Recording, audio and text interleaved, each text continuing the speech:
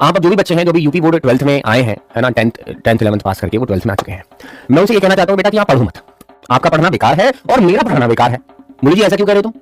अरे भाई तुम पूरी साल पढ़ोगे या एक दिन पढ़ोगे या एक घंटे पढ़ोगे, नंबर 75 आने हैं, तो फिर पढ़ने का फायदा क्या? अपना हिल्ला देखो, तुम भी अपना हिल्ला देखो, मैं भी अपना हिल्ला देखूं। रिजल्ट में अगर आप देखेंगे तो उसमें क्या देखेंगे कि हर किसी बच्चे के 75 75 75 75 इंग्लिश में मार्क्स हैं, किसी एक दो बच्चे के 80 भी हैं, ऐसा नहीं है कि आए नहीं, लेकिन 98% बच्चों के 75 मार्क्स हैं इंग्लिश में। भैया ऐसी भी कौन सी इंग्लिश आ गई थी पेपर में? और ऐसे भी कौन से जो चेक करने वाले थे, जो अध्यापक थे, कहां मंगल से बुला लिए थे क्या कि उनको वर्ड समझ में आया कि बच्चे ने लिखा क्या है तो 75 नंबर दे दिए? ये तो बच्चे के भविष्य के साथ खिलवाड़ हुआ ना। तो मैं पढ़ाऊं क्यों? तुम पढ़ो क्यों? तुम भी अपने घर बैठो, मैं भी अपने घर बैठूं, मैं भी अपनी खेती बाड़ी देखो, तुम भी अपनी खेती बाड़ी देखो, क्योंकि पढ़ लिख कर भी 75 आने हैं, बिना पढ़े भी 75 आ रहे हैं सबके, तो फिर पढ़ने का तो कोई फायदा नजर आता है नहीं मुझे। और इंग्लिश में ऐसा हुआ है, मैं तुम्हें दिखा दूं, कमेंट दिखा दूं, तुम कहोगे।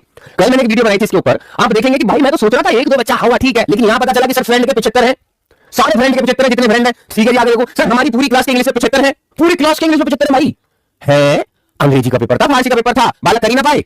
मतलब इतना पढ़कर, इतना पूरी साल मेहनत करके इंग्लिश में, और बच्चे के 75 आ रहे हैं, तो फिर पढ़ना बेकार है, फिर मेरा पढ़ना बेकार है, आपका पैसा फूकना बेकार है। मम्मी पापा जो है पैसा इकट्ठा करते हैं बड़ी मेहनत से और वहां पढ़ाई में फूके हैं, 75 ही नंबर आ रहे हैं, तो फिर क्या फायदा?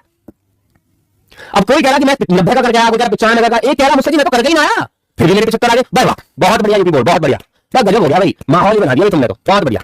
पता ना कॉपी कैसे चेक करी गई, कहीं पत्ते खेलते हुए कॉपी चेक करी गई, क्या हुआ समझ नहीं आया बात को, कॉपी खो गई, क्या हुआ कुछ समझ नहीं आया मुझे। अब ये कहते हैं कि कॉपी चेक कराओ, कॉपी चेक कराने में और पैसा जाएगा, कॉपी चेक कराने में और पैसा जाएगा, बोले इंप्रूवमेंट तो इंप्रूवमेंट में और पैसा जाएगा, क्या समझे? कंपार्टमेंट तो कंपार्टमेंट में और पैसा जाएगा, लगाते रहो पैसे, इतने पैसे ना गरीब आदमी ने कहां से लगाए वो पैसे। तो मेरा कहना यह है, देखिए मैं ज्यादा ना बोल के यही कह रहा हूं कि भैया देखो मैं तो अब नहीं पढ़ाऊं, क्यों पढ़ना बेकार है, कि जब सबके 75 आने हैं, एक बच्चे के सभी सब्जेक्ट में 95 93 92 इंग्लिश में 75, एक बच्चा जब किसी में फेल हुए 2-3 सब्जेक्ट में उसके भी इंग्लिश में 75। तुम्हारे साथ भी यही होना, सुन लो आप सब भी जो है अपने कमेंट सेक्शन में जरूर एक बार लिखें मेरे भाई कि भैया प्रार्थना करें योगी आदित्यनाथ हमारे जो है मुख्यमंत्री जी से उत्तर प्रदेश के, कि भैया इसकी निष्पक्ष जांच कराई जाए, क्योंकि अगर 3 साल हुआ है तो चौथी साल भी तुम्हारे साथ यही होना है, तय है ये। अभी लिख लो तुम्हारे नंबर इंग्लिश में 75 है।